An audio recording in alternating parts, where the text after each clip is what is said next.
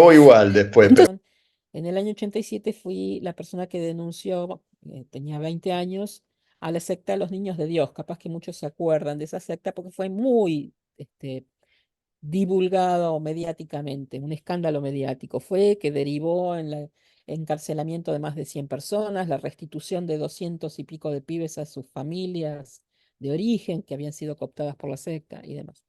Fue un caso muy resonante y bueno, que investigué y que se transformó en un tema que me interesa desde entonces fundamentalmente, porque es fundamentalmente un tema político, no es religioso, es sí, esencialmente político. Las sectas en América Latina empiezan a tener un auge tremendo a partir de los documentos de Santa Fe, que fueron unos documentos que hizo Kissinger, entre otros, con toda una estrategia política de cooptación de América Latina en la década del 70 y del 80. Las premisas era que en una América Latina fundamentalmente católica y con una religiosidad católica en decadencia, la mejor forma o una de las mejores formas de penetración cultural era a través de nuevos movimientos religiosos que propiciaran soluciones más fáciles y un discurso más fácil y más concreto. La mayoría de las sectas en Argentina entran a partir de la dictadura. Hasta el sí. momento, hasta el 76,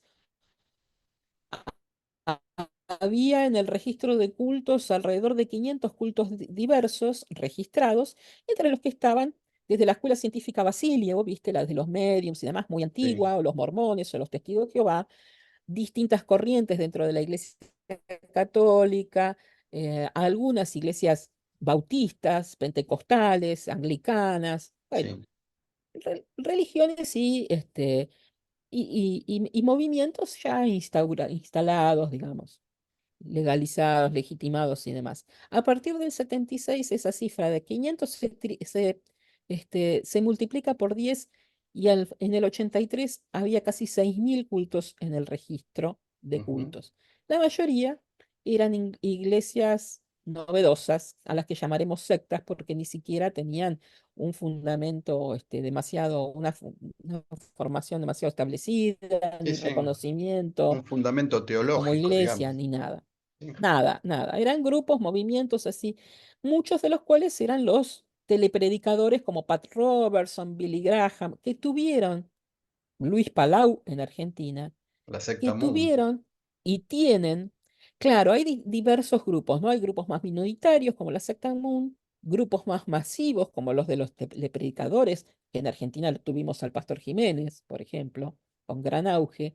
Pero, por ejemplo, un movimiento como el de Luis Palau, Pat Robertson, Billy Graham, del Club 700, ¿te acuerdas? Todo eso? Tuvieron una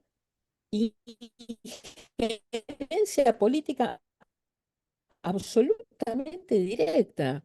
Así,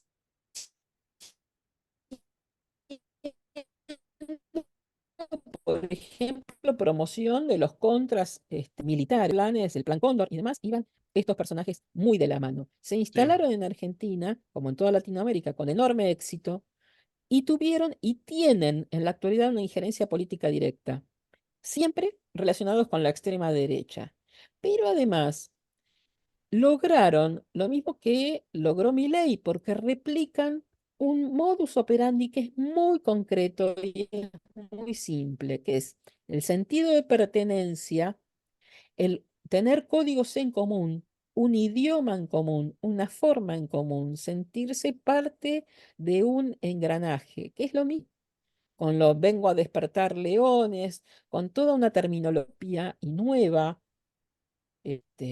con música propia que los identifica, con simbología propia que los identifica. Y uno puede decir, bueno, el peronismo también lo tiene su marcha, tiene su escudo, tiene... no, es diferente porque estos son grupos que se fundamentan en el resentimiento, en muchos casos en la frustración, Sí. en la falta de perspectiva, cosa que en el peronismo es exactamente a la inversa, lo que nos une, ¿no?